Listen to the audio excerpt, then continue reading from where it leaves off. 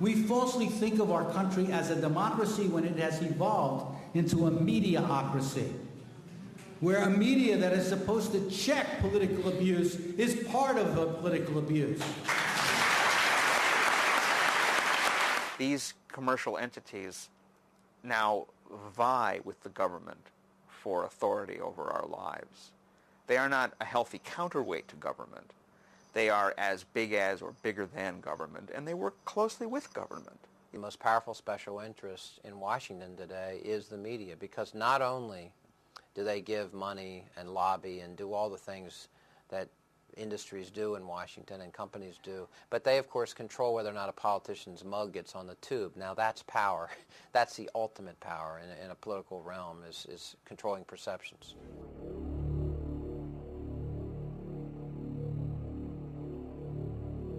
In George Orwell's novel, 1984, Winston Smith worked at the Ministry of Truth, but his job was not to ensure that truth was preserved. Quite the contrary. His job was to alter past news stories so that the version of the truth given by the ruling elite, the party, was never contradicted. If the party, which Orwell called Big Brother, lied to the people, a quick check of Winston's altered records, the only remaining records, would prove that the lie was true. Can lies become truth? Could a media system controlled by a few global corporations with the ability to overwhelm all competing voices be able to turn lies into truth?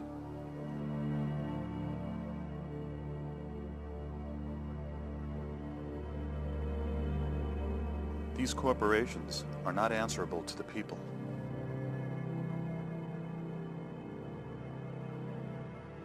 Only the politicians can regulate them. Could corporations possibly buy politicians with campaign contributions? Contributions so large that the politicians would allow unregulated corporations to go about their business of eliminating less powerful voices until only one voice remained. One truth. This documentary actually started 20 years ago when I was in graduate film school. It was around the time of the hostage crisis. It seemed to me at the time that the way the news was being covered was changing, and that this was typified by Rupert Murdoch's New York Post. So I went and I interviewed the editor of the New York Post on video, very primitive video. Do you think that you people increase public panic sometimes about shortages? Is it possible? Yeah, yes. I think that's where that's where the panic starts, through the media coverage, through newspaper coverage, television coverage. Do you think that the New York Post tells the true story? Well, sometimes you cannot depend on the media. I think what they create is they create, like gas, you can create a panic, right? New York is a tough town, can be very abrasive. And I'm not a great believer in adding to anyone's anxieties. Peter Mitchellmore was quite candid with me that day. Later I found out why. Are you leaving? Yes, go I on. became rather incompatible with the newspaper. The paper's fine, it's selling well, but it's not my kind of newspaper anymore. That's it. That day in 1980, we spoke about the hostages and the new phenomenon of the never-ending story. They were finally released the day Reagan was inaugurated. I didn't think anything of this coincidence at the time. 20 years later, a series of extraordinary events took place.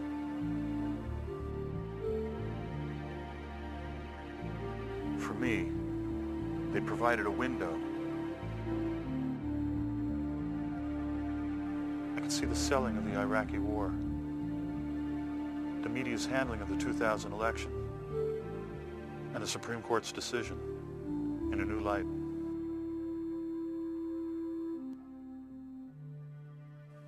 The question became whether there was a pattern in the way stories are covered and then dropped. Had it become easier to purposely manipulate the news?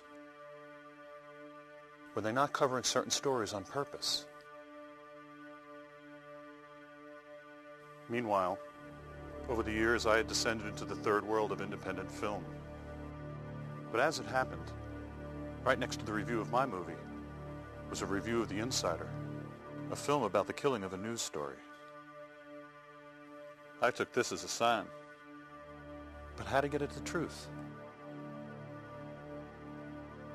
I read about a man named Charles Lewis, an ex-60 Minutes producer who had created a unique nonpartisan news organization. The Center for Public Integrity broke the Clinton-Lincoln bedroom scandal. He had also done a report on George W. Bush's SEC violations for inside trading. In the 60s, 3 in 4 Americans trusted their government. Today, it's 1 in 4 Americans trust the government. The level of secrecy and the amount of money in our process is greater than it's ever been. Archibald Cox, a Watergate prosecutor I interviewed for our book, The Buying of the President 2000, said the level of trust in this country is worse than he's ever seen it, including during Watergate. People sense, I think, that the financial elites and the political elites have become one and the same, and that the people themselves have no voice in Washington or in their state capitals, that they are somehow being left behind. When we think about democracy, in the United States, we oftentimes, and I think certainly in our media culture and our political culture, the assumption is that the type of democracy we have in the United States is the only type that could possibly exist. It's the high watermark of the human race is capable of, is U.S.-style democracy. In fact, though, I think we have, both in theory and in many ways in practice, a fairly, what you call a weak democracy. I mean, in fact, in many ways, we have a frighteningly weak democracy. There is an unfortunate sense as well of powerlessness, that there really isn't very much that can be done about the state of things. You can't have 280 million people and say that 2 political parties represent the thinking of 280 million people. That's just think about that. If you want to just step back and look at that. And you know, the thing is that anthropologists, they're going to dig us up hundreds of years from now, and they are not going to understand us. No, seriously. And we made a huge mistake inventing film and videotape because we're leaving behind a record of ourselves. We have a situation in which a significant percentage of the population doesn't vote, doesn't care about the issues, is tuned out entirely, is what we call depoliticized.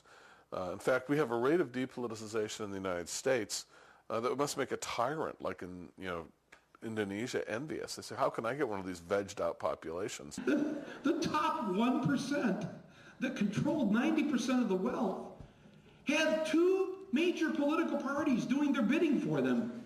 And the other 99% had no political party on the ballot representing them, and no representation in Congress representing them. And yet that 99% ran around waving little flags going, we're free! We're free! We live in a democracy! Woohoo! Oh, we're going to look like assholes. No, seriously, folks. We got to leave a note behind and explain our actions. We have more instant access to information as consumers and as citizens than we've ever had in the history of the country. That does not necessarily mean we're better informed. And that's a fascinating irony by itself. There's an apposite quote from Dr. Goebbels.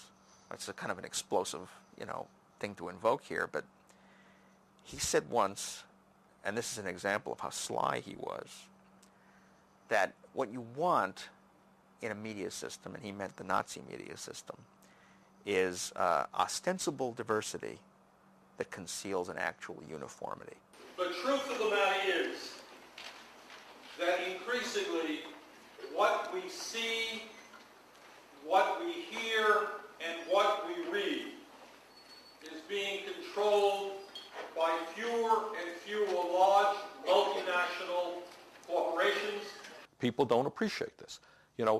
In the last days of the Soviet Union, you had dozens of newspapers, dozens of magazines, all kinds of radio and television stations. The only problem is that all of that media was controlled by the Communist Party of the Soviet Union or the government of the Soviet Union. We are moving in that direction. There is an illusion of choice that's maintained when you can have 100 channels on your cable system, and how many movies did the studios release a year now? All these different studios, and the music industry with so many labels, and magazine stands that go on and on and on forever. Well, the owners are a handful, 5, 6 different companies. And that is a very dangerous development for those of us who believe in a vibrant American democracy. Fewer and fewer people vote. When polls tell us that fewer and fewer people understand the political process, what the media does is trivialize what goes on, sensationalizes it, makes it entertainment, rather than saying, look, the function of the media is to educate you to live in a democracy, which is pretty serious stuff. You got a media system that's basically a subsidiary of corporate America. That's all it is. You're going to have a media system that will not cover stories of tremendous public moment, while it will overfocus on trivial stories that don't have any resonance at all. In terms of the political process, you ask yourselves, what are the most important issues facing our country? Why is it? Simple question. With all of the growth in technology, with all of the wonderful globalization and free trade, all of that stuff, all of the increases in education, why does the average American today work longer hours for lower wages than was the case 25 years ago? Simple question. Do you think it's seen on television very often? What about the morality of 1% of the population owning more wealth than the bottom 95%? Seen that? In a New York Times editorial, Princeton economist Paul Krugman addressed one of these little-mentioned issues. According to the nonpartisan Congressional Budget Office, between 1979 and 1997, income for families in the middle rose 9%. Income for families in the top 1% rose 140%. Krugman noted, quote, "I know from experience that even mentioning income distribution leads to angry accusations of class warfare." He then asks, why has the response to rising inequality been a drive to reduce taxes on the rich? Good question. According to Joan Didion, news is no longer just reported but managed in a way that sets its terms and shapes its overall content. Has the mainstream media become an anti-democratic force in the United States? What you want to say is, if you have a self-governing society, a democratic society, what does that society need from its journalism? I mean, what are the attributes you need to have from your journalism, from your media system to produce, so that people can govern their own lives effectively? And I think there are 2 or 3 things that jump out at you if you study the matter at all. And they're really not debated. One, you need a really hard watchdog. You need a journalism that keeps track of people in power and people who want to be in power. Hitler says in Mein Kampf that the people's power of forgetting is enormous.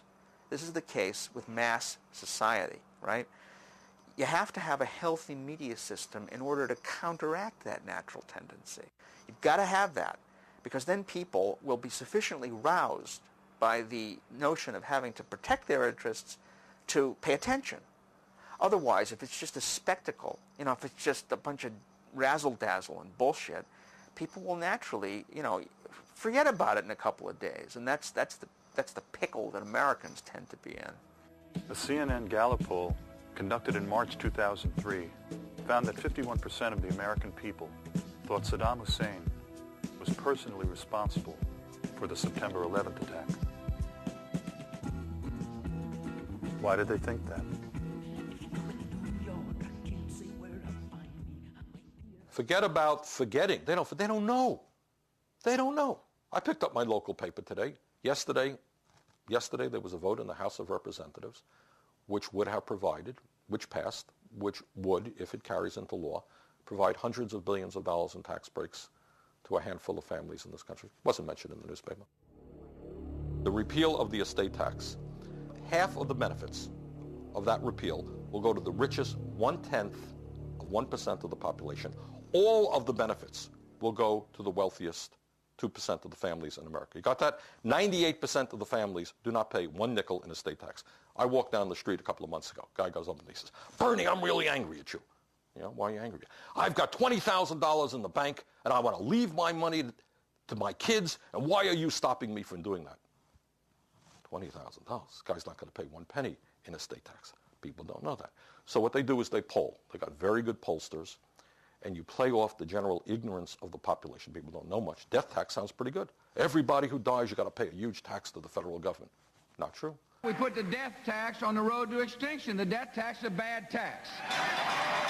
And yet that 99% ran around waving little flags going, we're free! We're free! We live in democracy! Woohoo!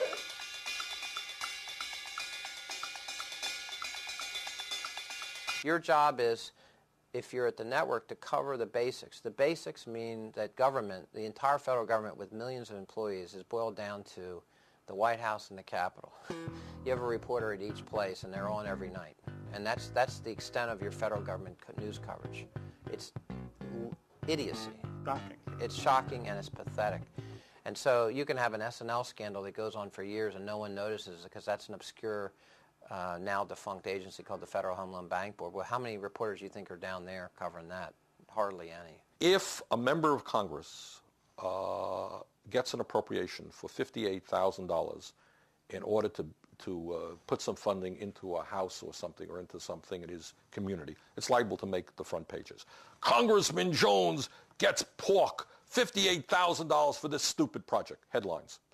But when you spend hundreds of billions of dollars, it is more likely that the hundreds of billions will not be covered than the $58,000. How did journalism get this way? To remove controversy from story selection. So you can't be yelled at for why did you put this on the front page and didn't cover some other story. There becomes a tremendous reliance upon official sources as the basis of legitimate journalism. This was a new thing. You know, in 1875, if the governor said something wacky, a newspaper editor would say, I'm not going to cover that. It was stupid. Newspapers, they don't invent stories. They go to people, experts in this country, for their opinions on what's coming down or not coming down. It means those people in power, political power especially, but also business power, are sort of the assignment editors of journalism. What they want to talk about becomes news. If they agree that they don't want to debate something, like the CIA, it's virtually impossible for a journalist to introduce that as a story. If the media had been on the job during the 2000 election, for example, if they had reported what was actually going on and reported it with all due emphasis and repetitiousness, kept on the story day after day. I don't mean the occasional piece on page 10 of the New York Times. I mean appropriate coverage where you follow the scandal. If that had happened, Bush Cheney wouldn't be in the White House today because they weren't elected. They stole the election. The range of inquiry by journalists was strictly determined by what the official sources were saying. In this case, the Gore campaign and the Republicans, the Bush campaign. And journalists basically, their credible journalism volleyed between these two positions.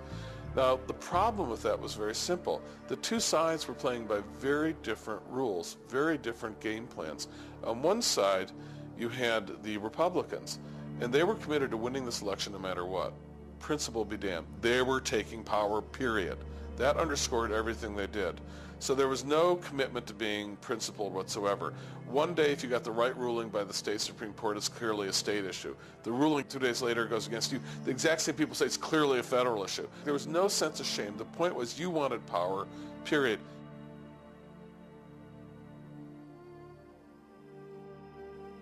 And it was an extraordinary propaganda effort by the right because you couldn't even find a Republican dog catcher in Idaho who would disagree. Everyone barked out the exact same line every day. It was Joe Goebbels would have been impressed with the lockstep in which the Republican machine marched in their eagerness to take power and take this election. The problem was for those of us who just think whoever gets the most votes should win and wanted a fair election, the journalism didn't reflect that interest. It was a prisoner of that range of debate, and therefore it played directly into the hands of the Republicans.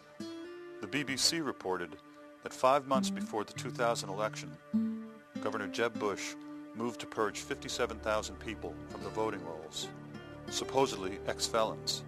The great story that was broken by Greg Palast from Britain which has now been confirmed.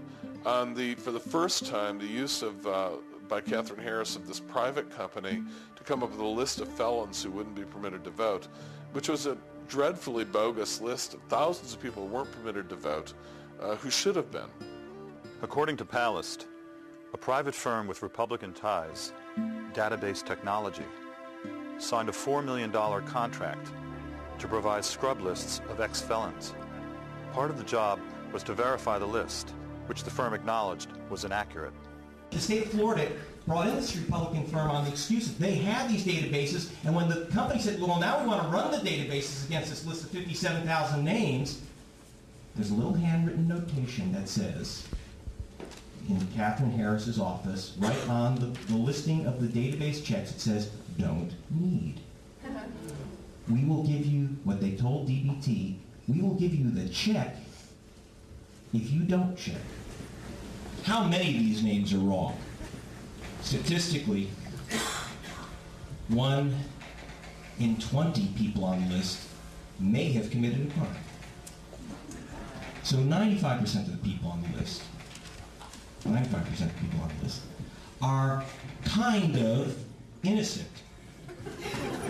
Now when I say kind of innocent, see, 54% of the people on the list are unequivocally guilty of being black.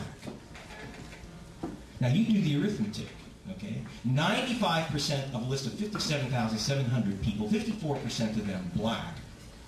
Catherine Harris certified the election of the President of the United States on the basis of a plurality in Florida of 537 votes. You do the arithmetic and you tell me what happened in that election. Palast, when he first broke it, CBS News called him up. And CBS News said, yeah, we might want to work on this. And Palast said, well, go ahead, follow up on it. You can have it. Nothing happened for a couple of days, so Palast called up the producer at CBS News and said, why aren't you covering this? And the producer said, and I'm paraphrasing, well, we called up Governor Jeb Bush's office, and he said that it wasn't true, didn't check out, so we're not going to go with it.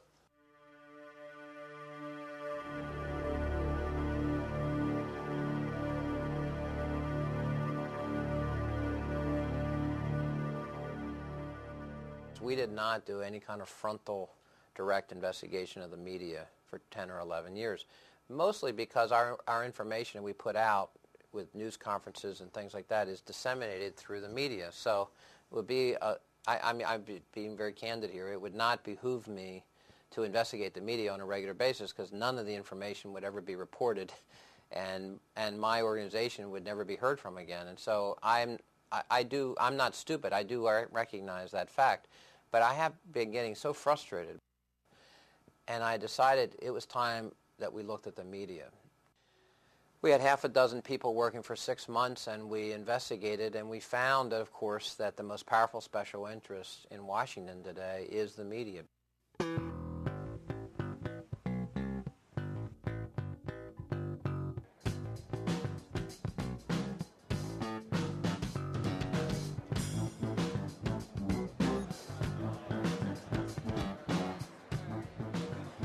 Lobbyists hire placeholders. These people line up first thing in the morning for spots in committee hearing rooms allocated to the public. A few minutes before the hearings begin, the lobbyists arrive.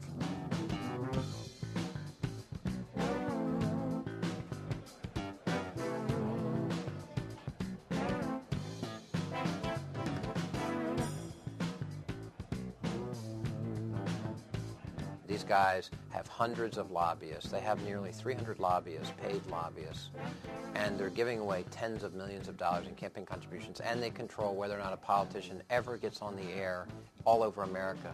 That's power. Being successful lobbying at the FCC or Congress is as important to the bottom line as producing a movie that's a big hit. I mean, it's every bit as important. It's more important. That's basically stealing stuff from government is the key. And this is where the media companies are extremely successful because they, unlike any other corporate lobby, have one thing going for them the others don't. They actually control the means by which the public can actually learn about these debates. You can imagine Exxon would love to have owned the media, or Philip Morris. So any debate over cigarettes has to go through them. They took members of Congress on 315 all-expense-paid trips around the world. And then you have the FCC regulating the broadcaster, 1,400 privately funded trips. How is the FCC going to tenaciously, aggressively regulate the broadcasters when they're taking trips from them all over the world? Well, of course it's not going to happen, and guess what? It's not happening. The problem in this town is that a lot of the regulators that have been set up to protect the public interest have been captured by the people they're regulating, and that's been going on for years. It's not new, but it's outrageous. Regulators, the Federal Communications Commission, almost always upon leaving office, go to work for the people they were supposedly regulating in the public interest. Beneath the reported story of greedy Enron executives is a story about the influence of money over government regulators. This is what has happened with the media companies. Had been well designed. Crazy, crazy Jane is dancing. Crazy Jane's the dancer. Crazy Jane's the dance. See her, pure red hot sorrow, offer up tomorrow. Rupert Murdoch. You all know Rupert? That's right. Rupert is one of the smartest and most dangerous people in this country. Rupert Murdoch is the primary owner of the News Corporation. In the United States, he owns the Fox News network. But Murdoch's media empire is global. Among his many holdings is a satellite TV service in partnership with the Chinese. Just as he gave a huge book deal to Newt Gingrich, Murdoch gave the supreme Chinese leader's daughter a book contract to write a biography of her father. Well, if I'm going to get my book published in your capitalist society, I have to find a capitalist to publish it. 不管他是不是梅多先生属下的一个出版社 Regardless of whether it's one of Mr. Murdoch's companies or not.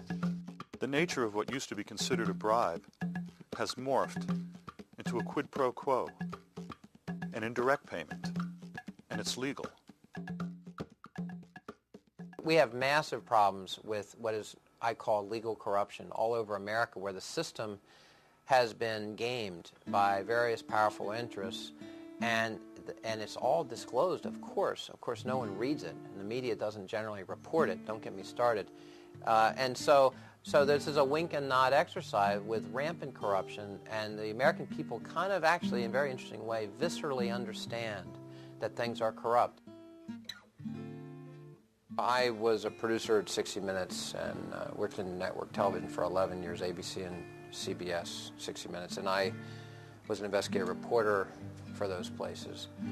And I quit one day. My story led the show. I quit because the idea of everything being simplified down to good guys and bad guys and, the formulaic infotainment thing was getting a little old for me. I decided that I didn't want anybody telling me what to investigate, and I was going to decide myself what to investigate, and I was going to take as long as I needed, not 2 weeks, to solve a 20-year-old unsolved murder. Today, we're up to 35 people. It's, knock on wood, been very exciting, but that's how it got here. So.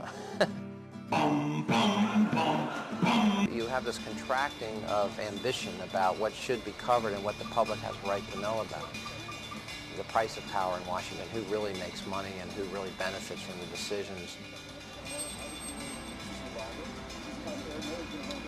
What will pass for investigative reporting is though someone may get a hold of an early report from some committee that's about to come out, or an inspector general's report that's going to castigate the secretary of this or that.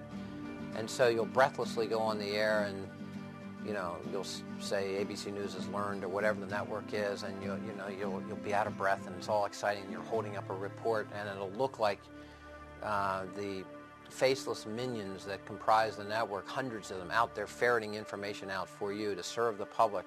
It's complete bunkum, of course. It's not happening at all.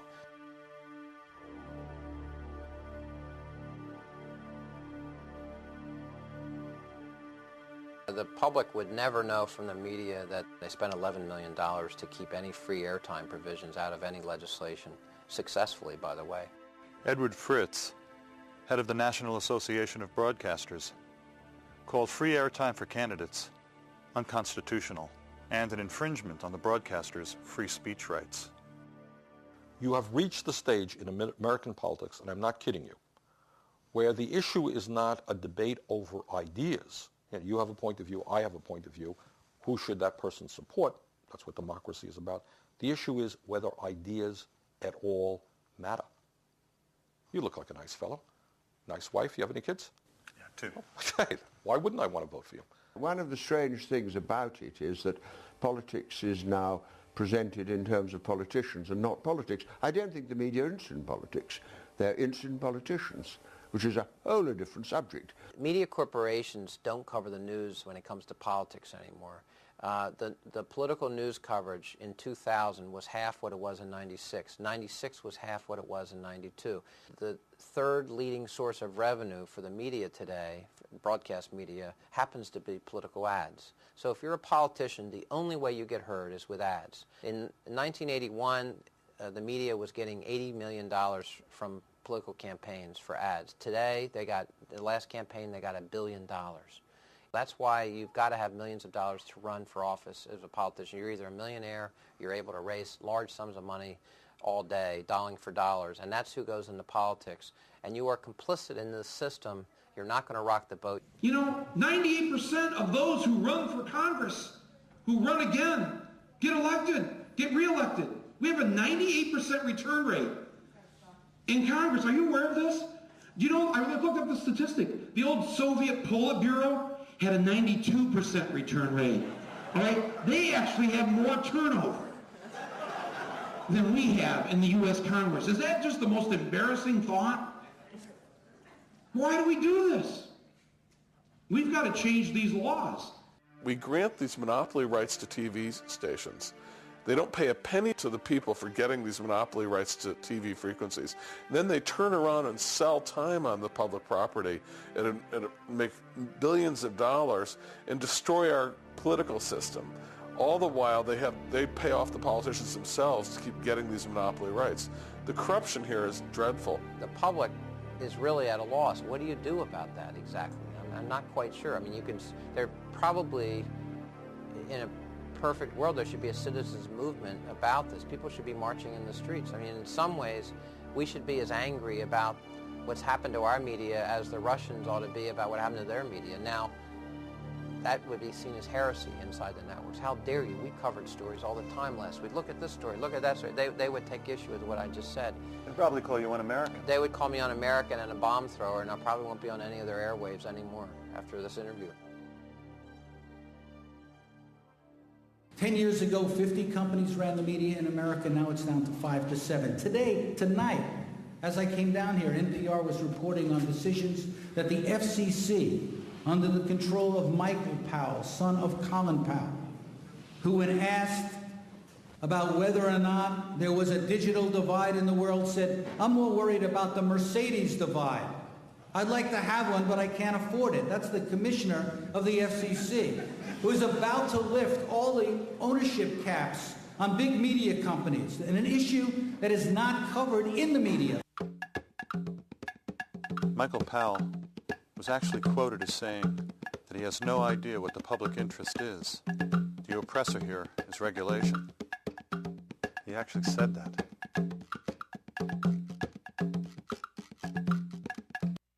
Michael Powell and Republicans in the office of the FCC, we were on the verge with our campaign of making major changes to the rules and the public interest obligations of broadcasters. The Federal Communications Commission had proposed rules that we pushed in this campaign, that hundreds of Americans in small communities, in large communities, pushed.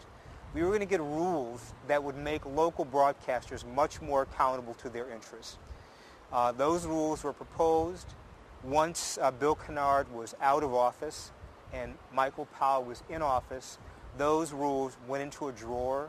They were never voted on. Starting with Ronald Reagan, the holy grail of deregulation has been sold to the public, and the news media has largely ignored its disastrous results. Once the Reagan administration was done, there were more rules, but they called it deregulation. It's almost this Orwellian use of language where you create new rules, but the rules change because they benefit industry, and you call it deregulation.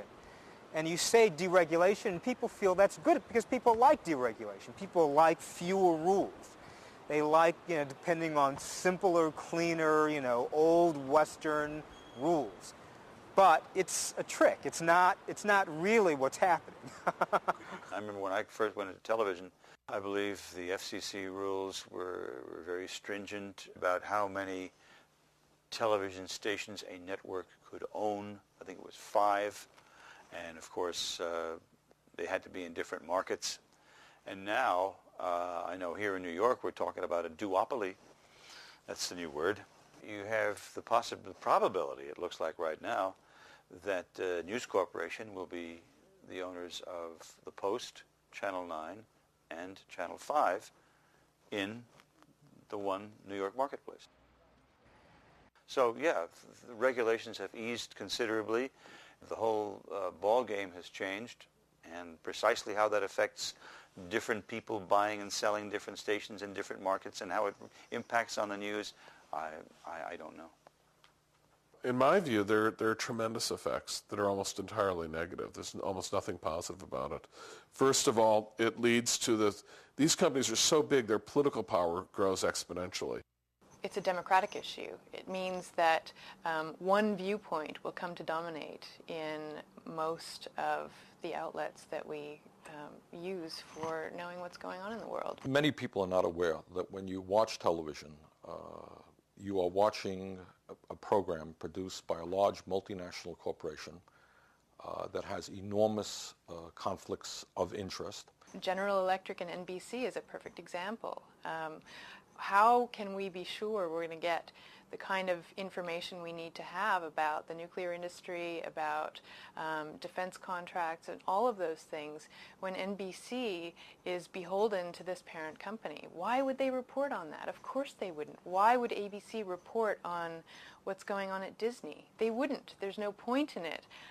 And it's precisely for that reason that those companies want to own television stations in the first place, so that they can keep a check on those sorts of things. General Electric has made it a very proud part of their policies that they are going to move jobs from the United States of America to China, to Mexico, any place in the world where they can get cheap labor.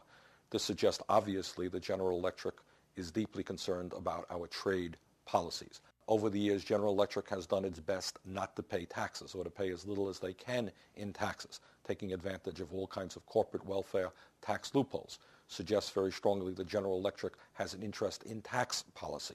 General Electric is a major polluter. Therefore, they're concerned about weakening environmental policies. It's not obviously just General Electric. It's the same thing with CBS or ABC. The conflicts of interest are enormous, and the result is that certain issues are talked about, certain issues are not talked about. In close to 11 years, we've done more than 100 reports.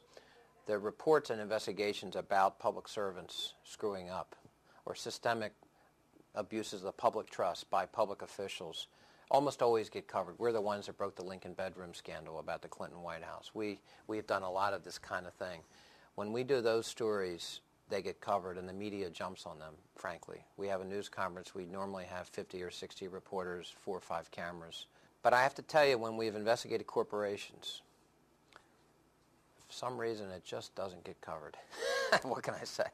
See the Business Week cover a short while ago. The majority of Americans believe that corporate America is just one corrupt institution that needs to be reined in.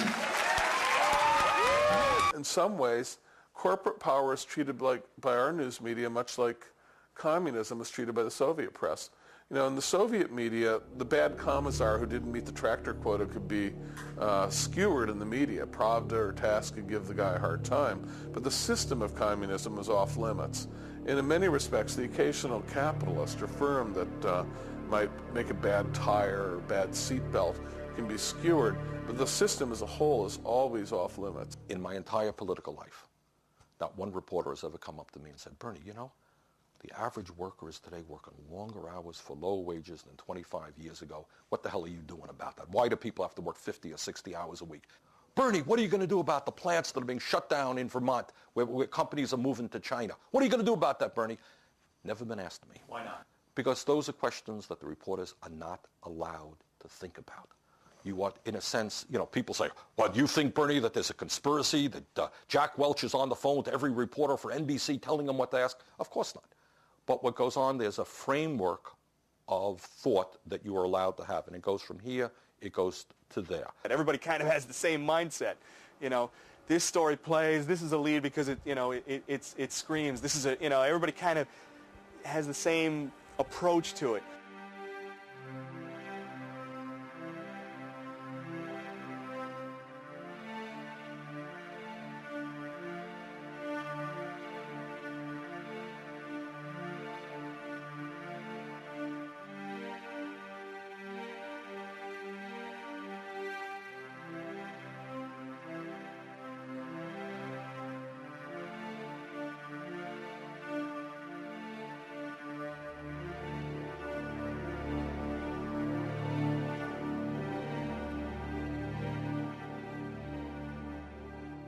Everybody knows about Enron and how the guys at the top managed to cash out very handsomely while preventing the pensioners from withdrawing their money in time to prevent complete ruin, financial ruin. Well, I mean, there's a history behind this, you know. George Bush, who is, of course, a good friend of Kenneth Lay, cashed out in exactly the same way, you know, as a major shareholder in Harkin. According to the Center for Public Integrity, George Bush served on the Harkin Energy's board and was able to realize a huge profit of $848,000 by selling his stock in the corporation. Harkin had concealed its losses by selling some of the firm's assets to a group of insiders and declaring a profit. Shortly after he sold, the stock price plummeted. He reported the sale to the SEC 34 weeks late. Bush was on the audit committee and the restructuring committee. He claimed he didn't know. I propose some tough new standards for corporate reform. Like you all, I took a look out there and saw a problem. And the problem was we had some folks who were trying to fudge the numbers. We had some people who decided they weren't going to tell the truth when it came to their assets and liabilities. The Harkin inside trading story was reported by the Center for Public Integrity 7 months before the presidential election, but the mainstream media chose not to report the story. This represents a kind of insider trading. It's obviously epidemic at the top. In the 2000 election campaign, the mainstream news media hinted that Al Gore was a liar. At the same time, the press ignored or glossed over serious questions about George Bush. From repeated allegations that he had gone AWOL to inside trading.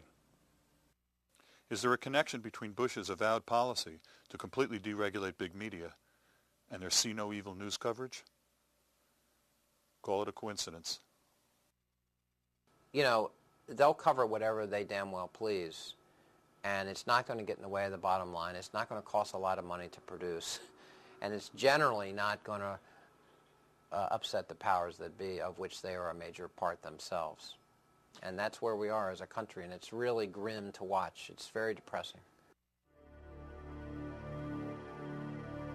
Bush made millions of dollars as governor of Texas, and his father is now making millions of dollars as a worker for Carlyle, making millions of dollars thanks to the policies of his son. His son has all around him in the White House and throughout the government, all kinds of people from Lockheed Martin. And Lockheed Martin's making out like a bandit because of the war on terrorism. This is a scandal of such magnitude, you know, that you'd think that the press would be thanking its lucky stars that it happened on their watch because it's such a great story. No, it's too big for them to cover.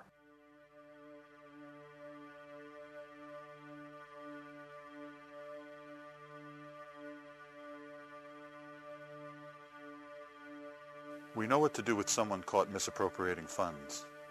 But when confronted with evidence of a systematic attempt to undermine the political system itself, we recoil in a general failure of imagination and nerve.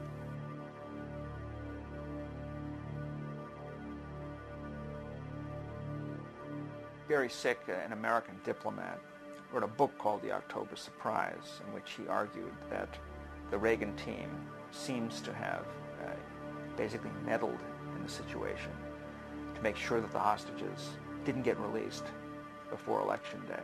Gary Sick was a member of the Carter administration and on the staff of the National Security Council from August 1976 to April 1981.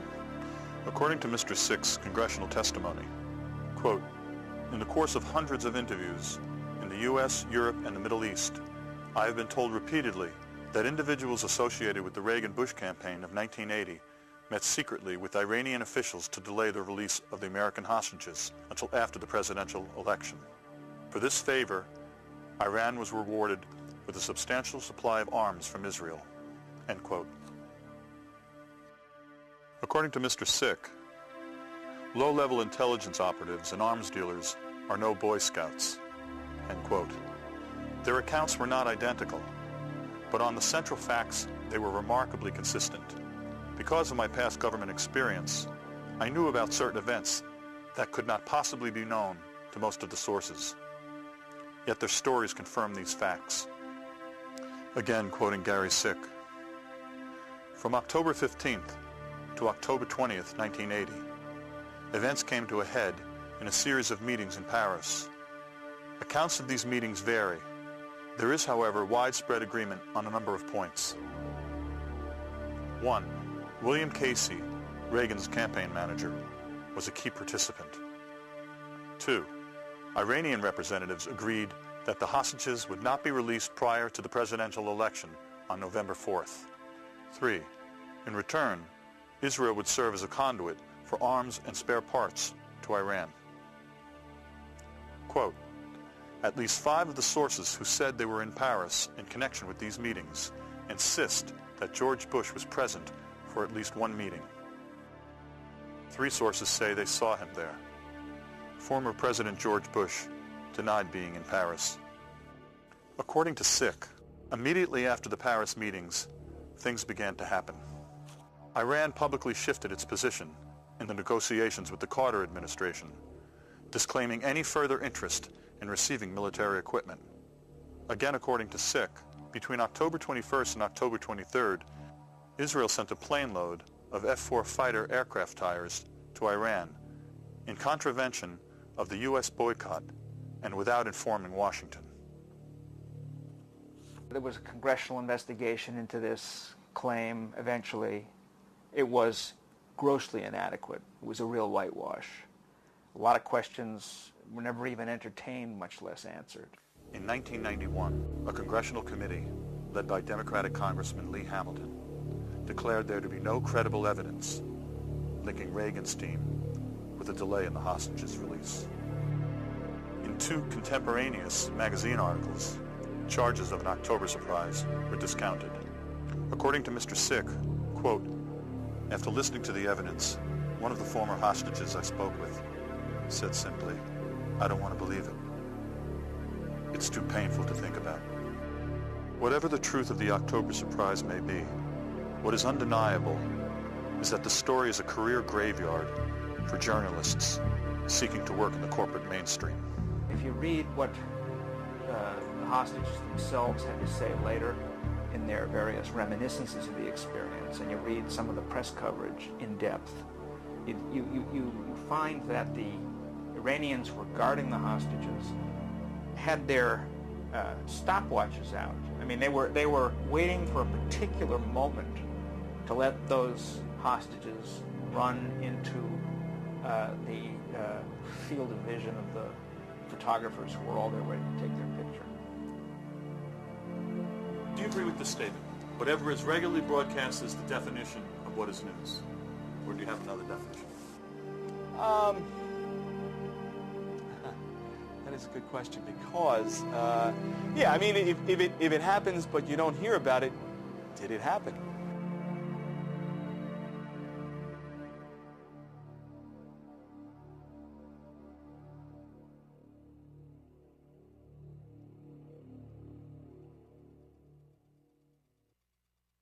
But by and large, on the right at least, media and concern about media is at the top of the list.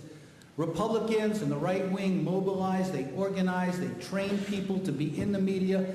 Right-wing foundations spend money on media programs. They fund and subsidize a media presence to create an environment friendly to the views of a real minority in our country by actual numbers.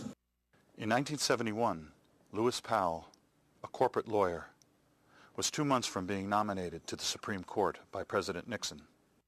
He wrote a memorandum expressing his concerns about how consumer activists and progressives were infecting the general population with an anti-corporate bias. This treatise circulated among a number of wealthy industrialists. One of them was Joseph Coors, who in 1972 provided initial financing of $250,000 for the Heritage Foundation. So began the neoconservative movement to influence the media. What we've seen since the mid-1970s is that all the great conservative foundations devoted almost all their money to ideological warfare. So much of journalism depends on who the source of the story is. And so you've seen the creation of these foundations or institutes in Washington, like the American Enterprise Institute, the Heritage Foundation, the Cato Institute, that basically are extraordinarily well-funded groups. Reclusive billionaire Richard Mellon Scaife funds many of the right-wing think tanks. He also underwrote the Arkansas Project, a 4-year multi-million-dollar effort to investigate President Clinton. What has happened is resident fellows at the think tanks are paid to create rationales for predetermined economic and political positions, much like it was done in the old Soviet Union. The truth of the matter is that billions of dollars are being spent to convince the public that their interests and those of the corporations are the same. The first few times they employ one of these right-wing experts, they'll be called from the conservative American Enterprise Institute or from the conservative Cato Institute. But over time they just drop that. And pretty soon it's just from the Cato Institute. And pretty soon it's just analysts. If you're a source and you can have someone weigh in on trade deals, on Supreme Court appointments, on tax bills, giving your perspective, if you've got a series of people who sound like they know what they're talking about of all sorts of degrees, you can really influence the news. Powell singled out commercial TV and the judiciary as areas to influence. TV because it shapes people's minds. The judiciary because many crucial decisions are made by the courts. We have always had an unrealistic view of our judiciary. We don't hold our judges and our judiciary in general to the same standards of reporting as we do the legislative branch or the executive branch. There's much less coverage. If the Supreme Court had done for Al Gore what it did for George Bush, I give you a 100% guarantee that I would have written the same identical book, The Betrayal of America. 5 members of the United States Supreme Court committed, in my opinion, and I feel very strongly about this, one of the biggest and most serious crimes in American history when they stopped the recount in Florida, took the election away from the American people, and handed it to George Bush. And in a fair and just world, these 5 justices belong behind bars as much as any American white-collar criminal who has ever lived. The mainstream media, they don't even want to talk about what the court did anymore. Their position is, and they made it very, very clear, the election is over with. We've moved on to covering other matters. Now, mind you, and this is not to defend President Clinton, but this is the same group, the mainstream media, who pursued Clinton not just day after day, not just week after week, not just month after month, but year after year. These 5 justices are ardent Federalists, states' rights advocates. And they've said over and over again, we let state courts interpret state law. December the 8th, the Florida Supreme Court ordered a manual recount. The recount started the following morning, a Saturday, December 9th, 8 o'clock. At that point in time, Bush's lead had shrunk over Gore to 154 votes. 2 o'clock in the afternoon, Justice Antonin Scalia steps in with an emergency order supported by the 4 other justices. He said, we got to stop this recount because if it continues, it could, quote, threaten irreparable harm to George Bush, unquote.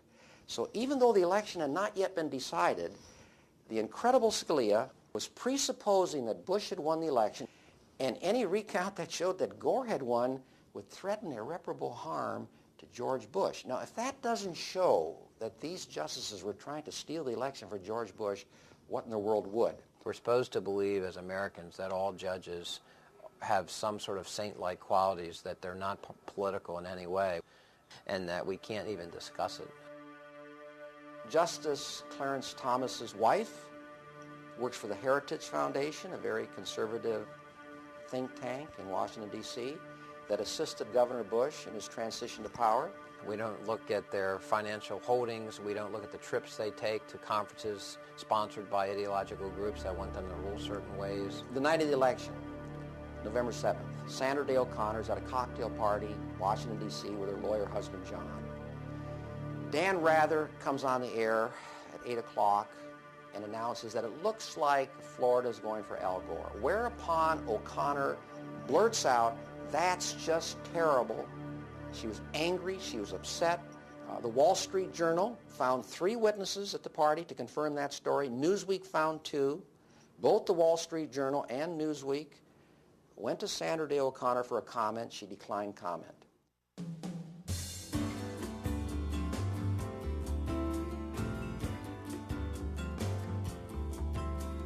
Tommy sat at his computer.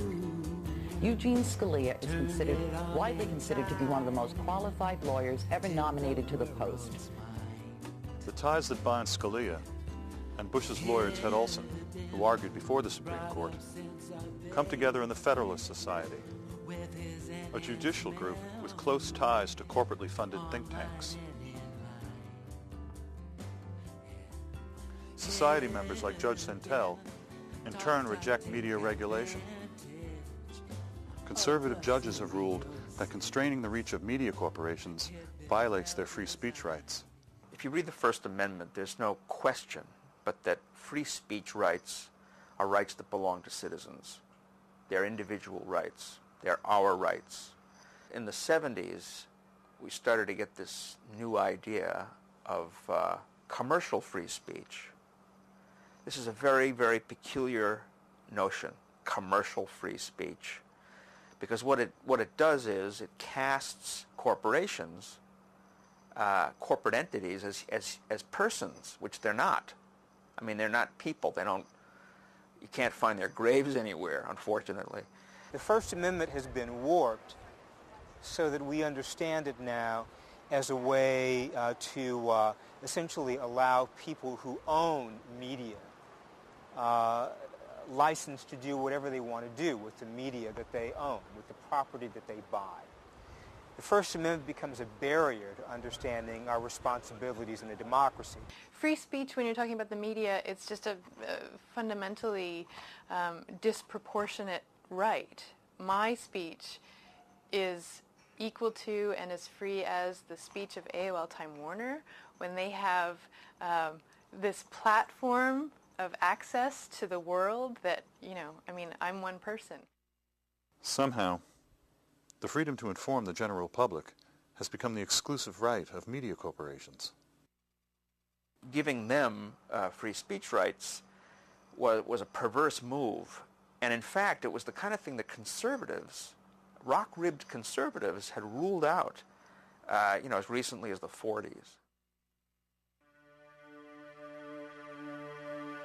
During the Clinton administration in 1996, behind closed doors, the rules of the airwaves were rewritten. In radio, all regulation was literally thrown out. Small independent stations were bought up.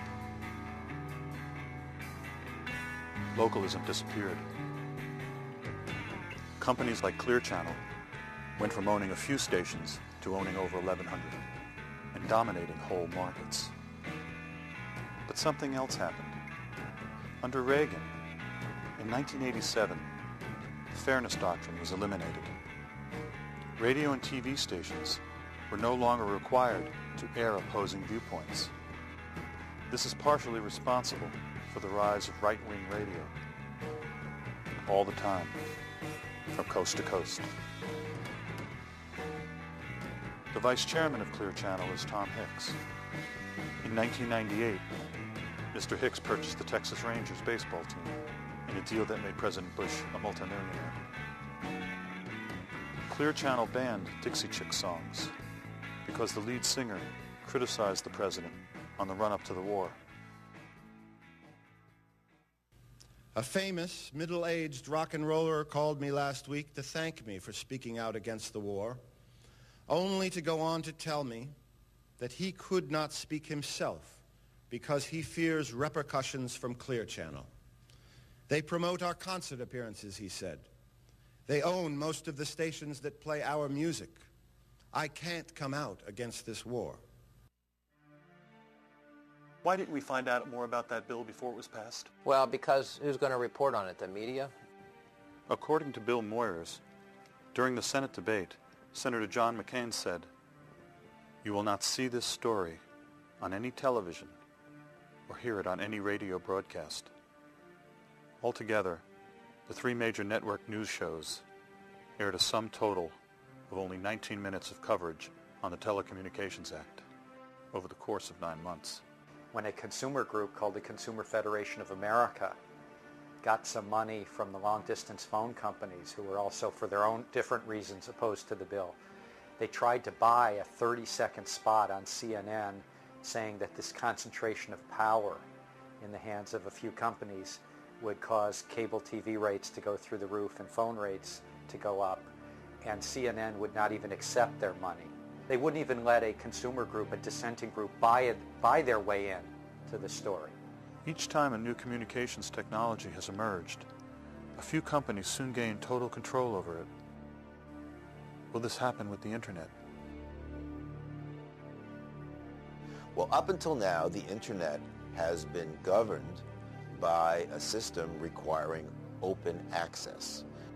The telephone network on which the dial-up Internet is based has been a common carrier, has been open, so anybody could have a website, anybody could transmit anything, and you could have all kinds of companies competing to provide you with Internet service. Open access is being replaced now by a system of closed access.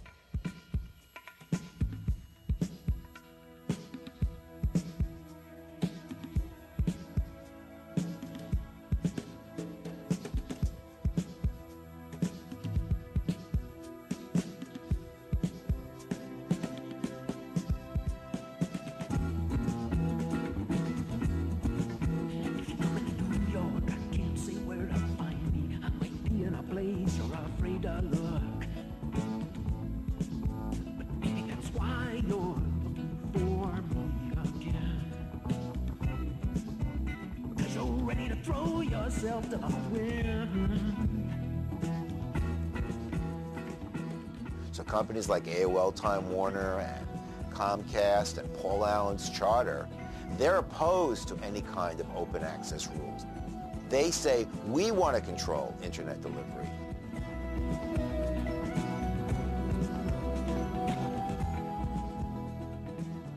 And I'll tell you something that I remember in the late 70s, that there were all these people who were like, cable television as panacea. It reminds me a little bit of, oh, the web will solve every problem. We'll have a level playing field where your new website will be able to compete with Disney and Murdoch and Viacom's new website. No. Michael Powell has ruled that the cable companies are not subject to the open access rules. The future freedom of the Internet is in doubt. You know, one of the myths of our society, you've probably heard this one, is it's based on competition. Have you heard that? That's the sort of pablum they feed us in the bottom fish. The truth of the matter is, at the top of the system, the key to the system is crushing competition. So what we've seen in media, in all the sectors, you've had fewer and fewer companies. The largest companies buy the small companies. They try to get bigger and bigger and make it harder for new companies to enter. Because once you have just a handful of companies dominate an industry, the ability for someone to enter the industry as a newcomer is almost impossible. I think there are lots of ways that you make news more profitable, and it doesn't make for better news. If you ask the reporter, are you interested in truth, of course they'll all say yes. If you go to journalism conferences, which I do quite a bit of, Everyone is looking for the truth. The problem is the gatekeepers of truth are not the reporters, they're the owners. And they're the lackey editors who work for the owners. And they'll decide what flies and what works and what pays the freight in terms of the advertising and the numbers. They'll be watching those numbers, and those numbers better be up or they'll get a new anchor. The thing that we base our our coverage, is it a good day or is it a bad day, is the numbers. I mean, I wish we didn't have to rely on that so much. I wish there was some way that you could base your job or a performance on something other than the numbers. Unfortunately, that's not the climate right now. You look at news directors who get hired, because those are the ones that are really on the chopping blocks. I think their jobs are less secure than Major League Baseball managers. That's not news. That's marketing. That's something else. I never heard of doing news based on going for some demographic. You do the news.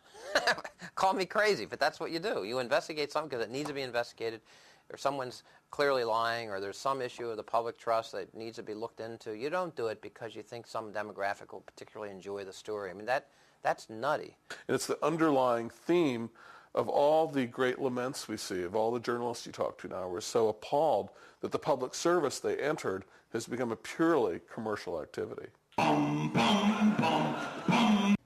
pundit is defined as a learned person. According to James Fallows, in his book Breaking the News, pundits are celebrities, telling us what to think of events. Howard Kurtz, the media reporter for CNN, said, quote, "The culture of news has merged with the relentlessly glitzy world of entertainment, producing one great roaring ooze of headlines and hype. Margaret Carlson of Time magazine said producers want people who can sound learned without confusing the matter with too much knowledge. I'm perfect." Jeff Greenfield of CNN said, "We're booked as entertainers. We know what we're being paid for. We are being paid to fill seats. FaceTime on television translates into big-time lecture fees." According to Brian Lamb of C-SPAN, the message from Washington in the last 20 years is that everyone does everything for money. George Will said, "If you pick your audiences carefully, you can give the same speech every time." McLaughlin said, "It's important to go on the road, where you'll get to hear the whole range of views from the trade association. These speaking engagements are usually given to business and trade associations and paid for by corporations."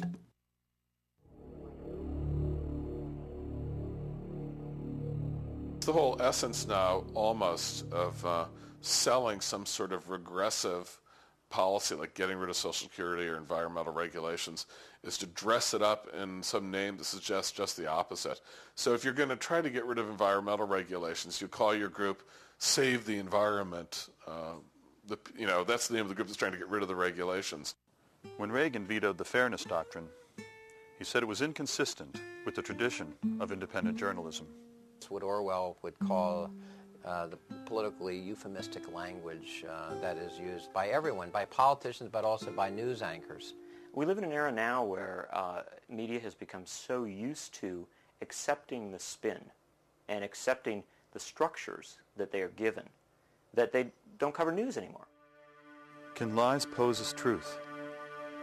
Winston had a friend at the Ministry of Truth named Syme, who was sure that they could. His job was to eliminate words.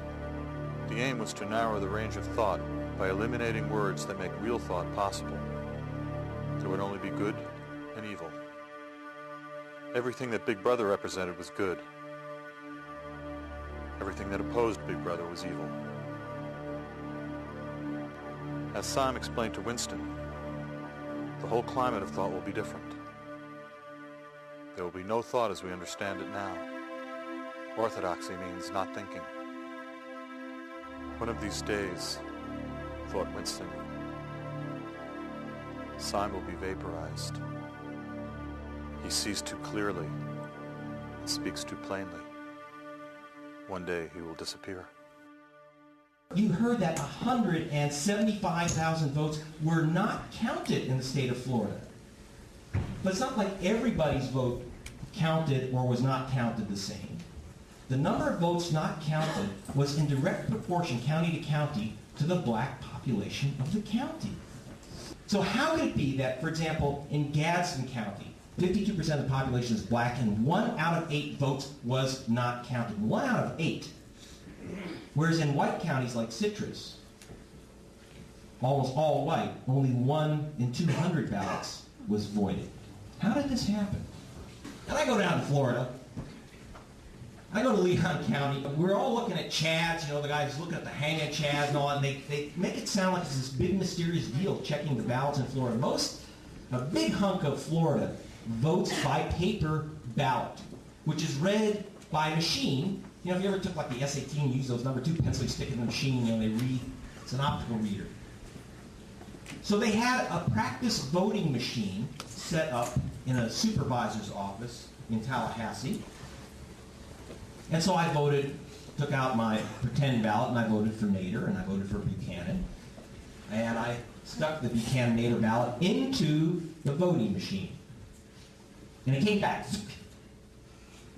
I stuck it in again. Came back. I said, okay, wait. I'm trying to vote here, and it won't take my ballot. He said, of course not. You marked it for 2 candidates. You made a mistake. He won't accept a mistake on the ballot. I said, what do you mean? All those votes were voided in Gadsden. Now, Leon County's a white county, Tallahassee. Gadsden's right next door to the black county. I said, oh, well, see, there's this switch. And in the black counties, like Gadsden, the same exact machines were set to accept ballots with errors. They would accept, you make a mistake on your ballot, very easy to do on a paper ballot, like you circle a name instead of check it off. The ballot's accepted, it's voided, your vote doesn't count. And in more of the white areas, it was set on reject so that if you made a mistake and you voted, it came back to you, you were given a fresh ballot, and you got to vote again. And the losers in this were the American people, whatever your political views, because we all have a right to have the person who actually won the election take power.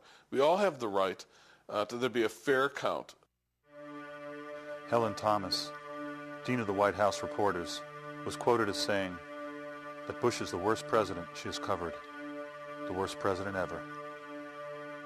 At President Bush's pre-war news conference, for the first time in 40 years, Helen Thomas was not allowed to ask a question. She had disappeared. A chill wind is blowing in this nation. A message is being sent through the White House and its allies in talk radio and Clear Channel and Cooperstown. If you oppose this administration, there can and will be ramifications.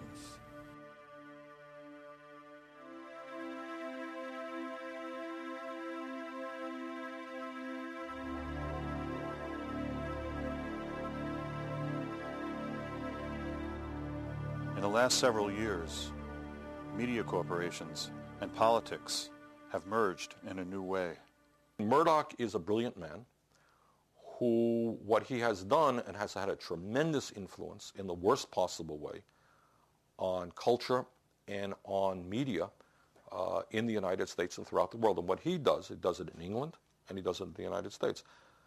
His shtick is appealing to working class people and taking them to the right.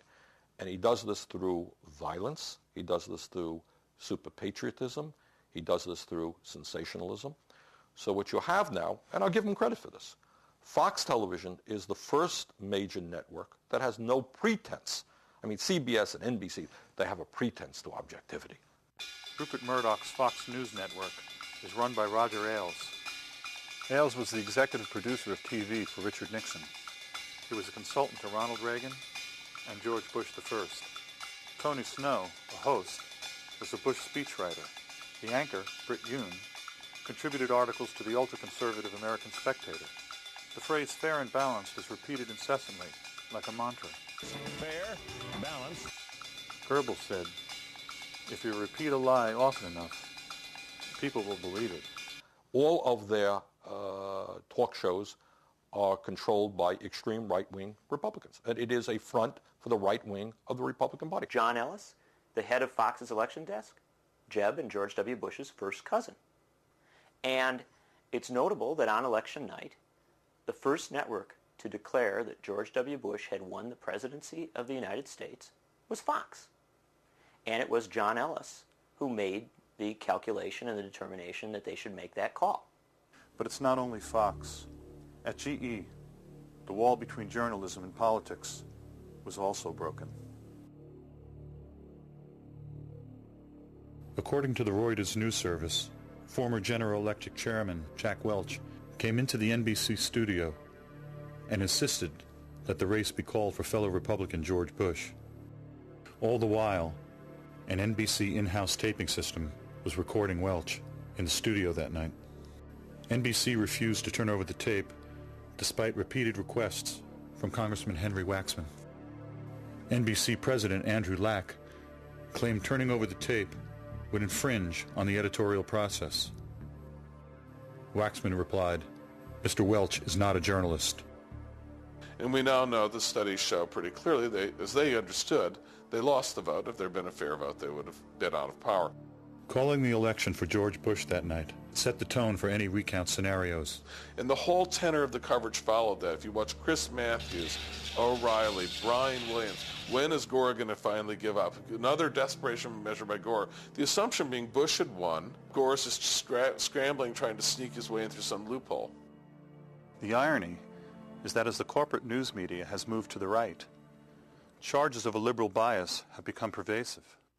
This impression was created because the Republicans have an arsenal of on-air pundits, adept at polarizing opinion and ridiculing anyone who disagrees.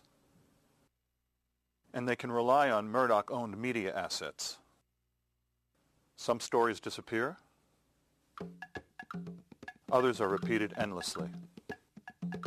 Murdoch, in turn, gets his deregulation. A conservative pundit, Bill Salmon, has written a book about Al Gore's attempt to steal the election. I find out that the party launching his book will be full of lobbyists and pundits, and decide to go videotape them.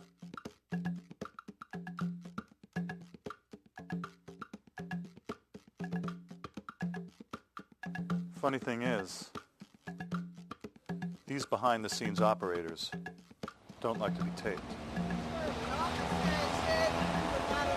You're not allowed to film the building without permission. As the right got more and more of a toehold in the media culture generally, through the efforts of Heritage and Hoover Foundation and others, that myth became increasingly serviceable, you see.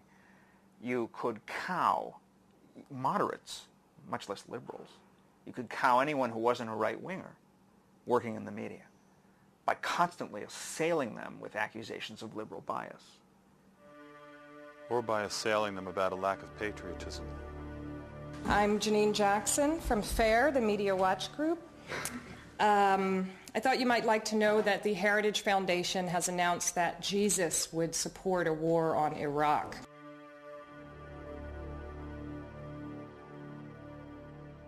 The argument is no longer made that news media are hard on Republicans and easy on Teddy Kennedy and Ralph Nader. That's not the argument. That argument is so ludicrous as it doesn't even pass the giggle test. The argument now simply redefines left-right entirely in ways that drop out core issues of class, core issues of corporate power. The media does not discuss the growing, inequity between the rich and the poor and the disappearance of the middle class. I could go on and on and on.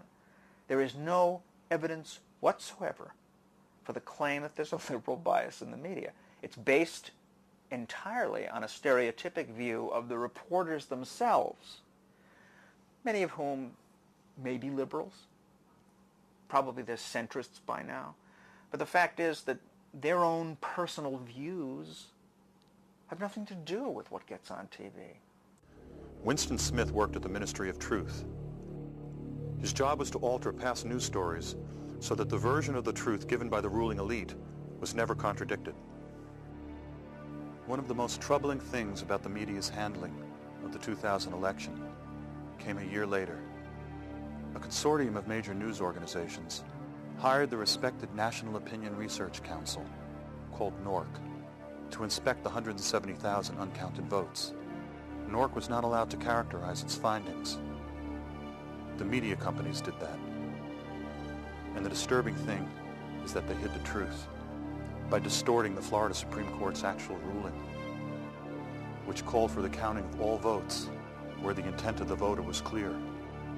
According to the BBC's Greg Palast, who watched the Newark counting operation firsthand, one counter said, quote, "It screamed at you. If someone circled Gore, exactly who do you think they wanted as president?" The consortium did not comment on the exclusion of tens of thousands of clearly marked ballots, which the Newark data reveals. Instead, the consortium came up with a tortured analysis that showed Bush would have retained a lead under one method of counting, just the undervote. On December 24th, 2000, on NBC's Meet the Press, the moderator, Tim Russert, said the following: "Florida, Florida, Florida is over. The board is now retired." And that was pretty much the end of the mainstream news media's coverage of the Florida recount and the Supreme Court's decision to stop the counting of votes. Had Nicaragua had an election like this and the Sandinistas won, the very people who won the Republican election would have insisted that we not only invade Nicaragua, but that all the people who engineered the election be held for war crimes. They know that they're not there serving at the will of the American people. They know that they stole this election and they created this fraud by keeping African Americans away from the polls. They know this. And they know they have very little time to enact their agenda because they know that they're going to get the crap beat out of them next time. Forget what the media is telling you, okay? This guy ain't going to last, all right? And he knows it. They all know it. But if they would do this, if they would stoop this low to steal our White House, what else would they do? What else are they capable of? What else are they capable of? I want to know. So what we have here is not the sunlight of democracy, but the dark, ominous shadows of totalitarianism, despotism, fascism.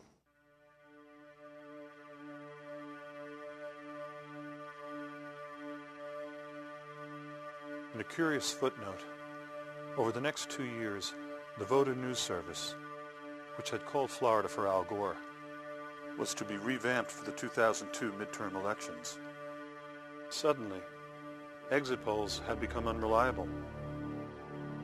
Then, on election night 2002, they weren't used. There were vague statements by the mainstream news media. As it turns out, the major networks own the Voter News Service. My guess is that the Voter News Service got it right on election night when they called Florida for Al Gore.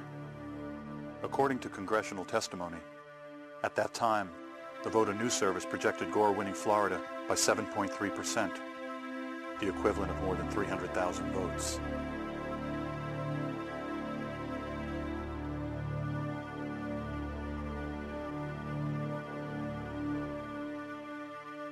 The Voter News Service was the smoking gun. It had to disappear. Welcome to computer voting, the newest twist in our voting process. With no paper trail. Uncheckable.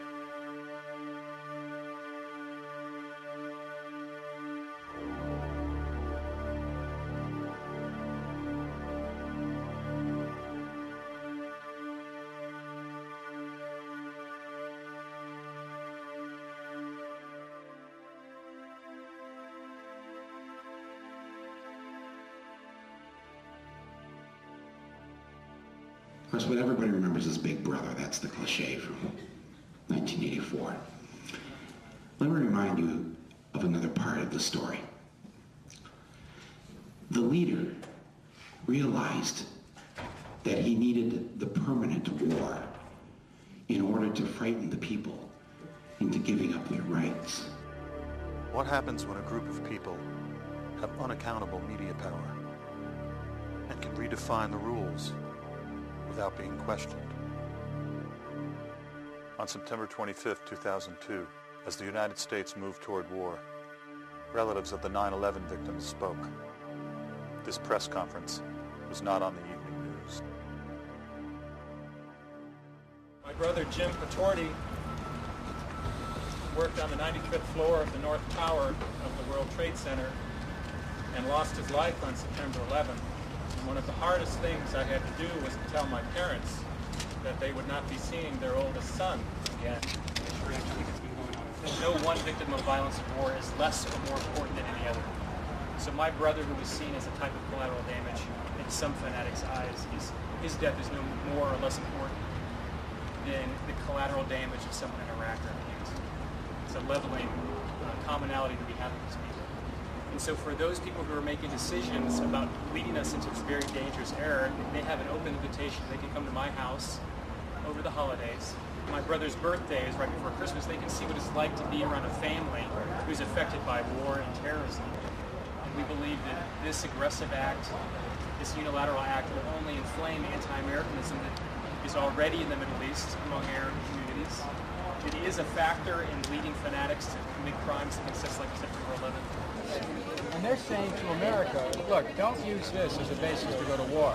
Without dissent, you no longer have a democracy. You have a dictatorship. And that's what we're getting from the White House. Oceania is at war with East Asia. Oceania has always been at war with East Asia. Well, in the novel, of course, Oceania has not always been at war with East Asia. In fact, Oceania and East Asia were allies against Eurasia. But it suits the purposes of the inter-party to make everybody think that the latest situation has always been the case. How is that any different from George W. Bush constantly mentioning the horrific fact that Saddam Hussein gassed his own people in 1988 at Halabja? How is it any different when at the time the U.S. actually had foreknowledge that he had chemical weapons, knew that he had gassed his own people, and did not protest back then? Saddam Hussein was a darling of the Reagan and Bush administrations. The thing that is most amazing to me is the lying that goes on today. You are now teaching, I'm not making this up, we are teaching damage control and spin. I remember in this country we used to call spin lying. Now we call it spin and we study it and we admire it.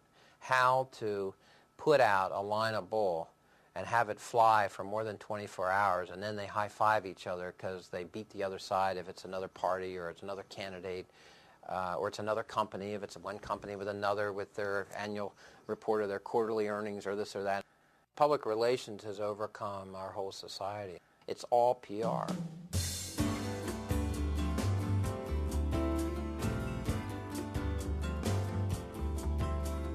Tommy sat at his computer, turned it on and tied into the world's mind. Hidden, brought up since a baby, with his enhanced memory, online and in line. Hidden, taught to take advantage of the symbiosis. Had been well designed. Crazy, crazy Jane is dancing. Crazy Jane's the dancer.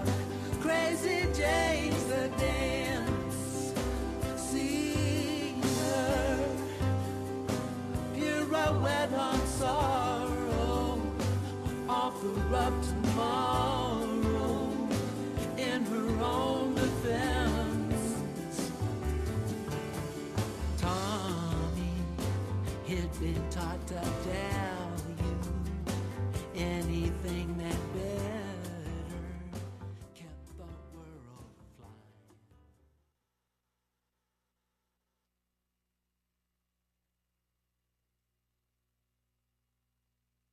Commissioner Copps.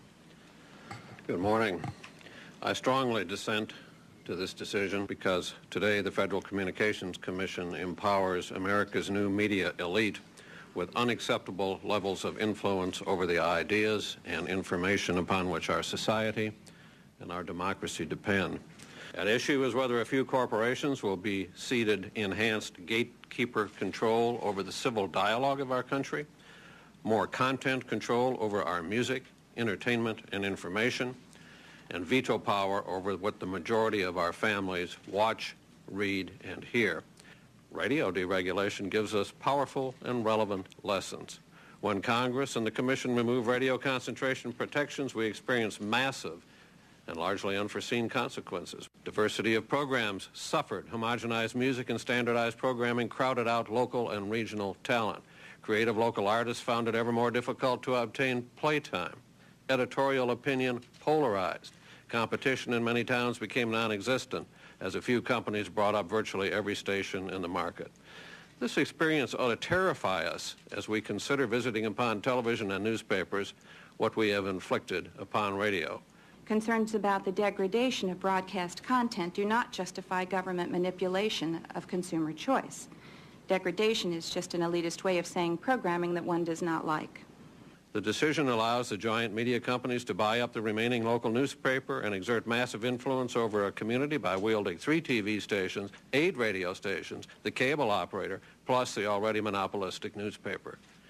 The decision further allows the already massive television networks to buy up even more local TV stations so that they could control up to an unbelievable 80 or 90% of the national television audience. Where are the blessings of localism, diversity, and competition? I see centralization, not localism.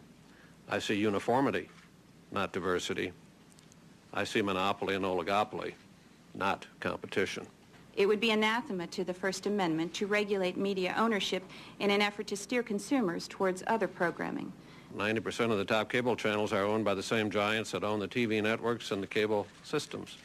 More channels are great, but when they're all owned by the same people, cable doesn't advance localism, editorial diversity, and competition. And those who believe the internet alone will save us from this fate should realize that the dominating internet news sources are controlled by the same media giants who control radio, TV, newspapers, and cable. I refuse to pour 1 ounce of cement to support a structure that dictates to the American people what they should watch, listen to, or think. The public reaction against the proposed changes has been unlike anything the FCC has ever seen. Of the nearly 750,000 comments we have received, nearly all oppose increased media consolidation, over 99.9%.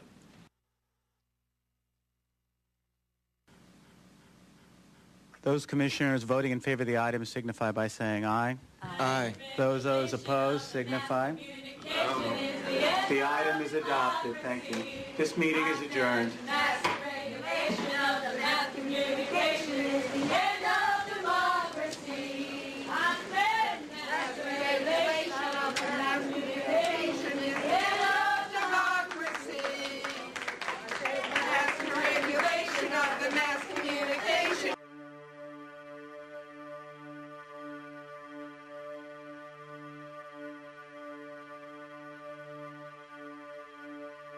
The list of well-recognized people and organizations who oppose all or part of the FCC's media ownership rules is one of the strangest lists of strange bedfellows you'll ever hear. Opponents include Walter Cronkite, William Safire, the National Rifle Association, the U.S. Conference of Catholic Bishops, the National Organization for Women, Senator Jesse Helms. Theoretically, deregulation is good, but it's not always the right way to go. In the shadow of the largest corporate scandals in the history of this country, the last thing we need is to have regulators with no teeth. I believe it appears to me so evident that the big interests were served here at the expense of the public interest. Would you not agree with me that today those who most aggressively celebrate your decision are the biggest economic interests in broadcasting in this country?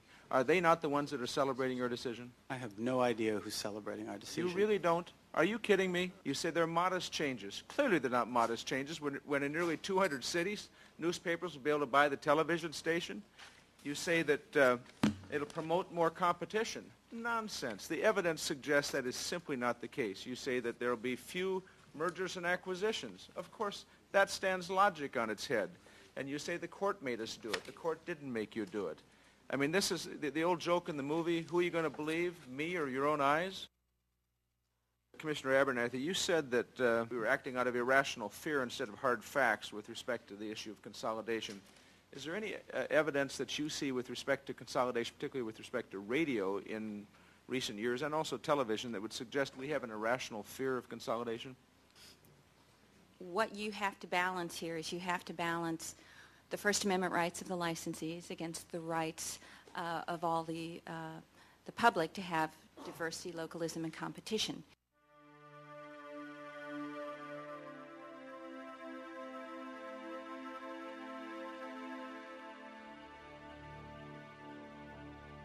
The founders did not anticipate the protections for commercial speech that we now have, and nor did they anticipate essentially the warp to the sense of the First Amendment that has occurred really since the 1970s. We have to revisit the terms. What did they mean? What were they talking about? They can't possibly have meant that there should be free speech rights for transnational corporations, because there weren't any back in the 18th century. They didn't exist. They weren't thinking of that. They were thinking of the citizens of the democracy. Citizens have First Amendment rights to a diversity of antagonistic views. Media reform is something that is absolutely crucial. It is the primary issue. It is the most important thing. Nothing is more important, because if we don't have a media system that we can use to get our word out, whatever our word may be, if there is not a viable democratic media system for getting that word out, forget it. You know, we're screwed. We're completely screwed. We need antitrust activity, okay? And that's a complicated thing, and it will require that we rethink the very basis of antitrust law, which at the moment is all economistic. We have to understand that the real reasons why we particularly need to look at antitrust in the realm of media industries is not for business reasons, not for economic reasons primarily, but because the content, the crucial content of the news is completely distorted by large commercial interests.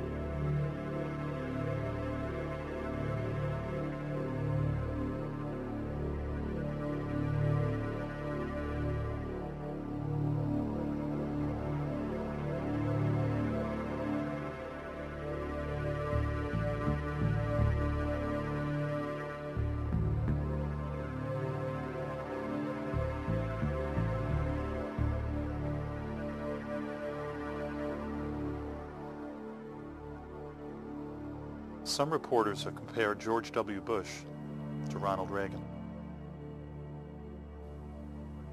I reflected back on the Post interview from 1980 and about the hostages.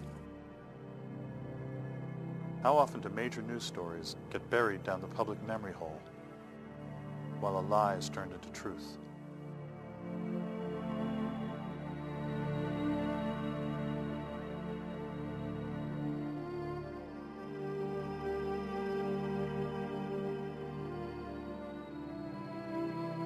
There's a window of opportunity now. Most governments, most countries have not figured out how to limit access to the internet, and they've not figured out, and powerful companies have not figured out how to block information that is inconvenient or unfriendly to them or that they don't like off of the internet, at least in this brief window that we have before they all figure it out. Will history repeat itself? Will the public find out about the threat to the internet before it's too late? We're not in the clear here at all. I mean, this is not a straight shot here where we can just go ahead and do whatever we want. It's complicated, but it's new, and there's some things we don't know about it and no one else knows about it. And as long as there's the slightest bit of vagueness or the unknown element is something I'm going to exploit as much as possible.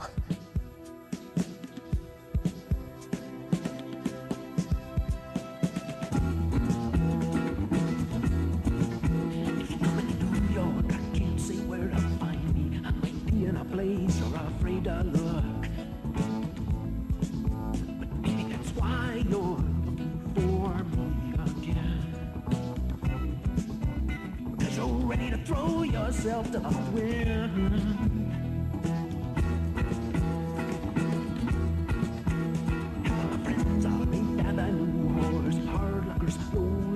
Fools, of course. Anyone else who can love the worst that I am. Do you know what I mean? I've thrown myself to the wind. I can't take you where I wanna go. I don't know what is true. No, but if I made you lose control, maybe I could love the worst in you. Maybe you could love the worst in me too. I used to believe in supporting each word because I was willing to die as a martyr until they laid me down on that cross. Though I can't be ashamed to be just human, it's not so easy to drop in. So I might as well throw myself to the wind.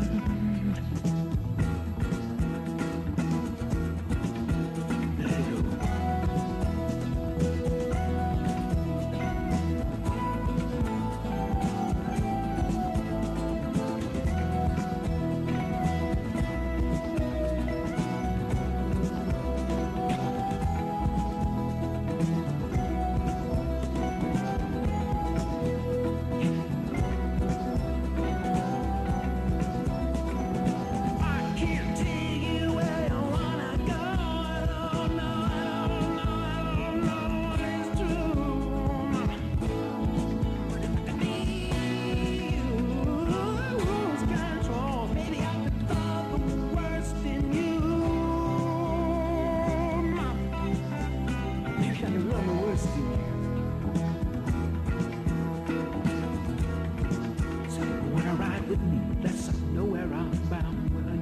Like I'd get somewhere, but the world turned out to be round and we fools if we tried, cause we'd only end up where we started from again. So we might as well throw ourselves, you know, we might as well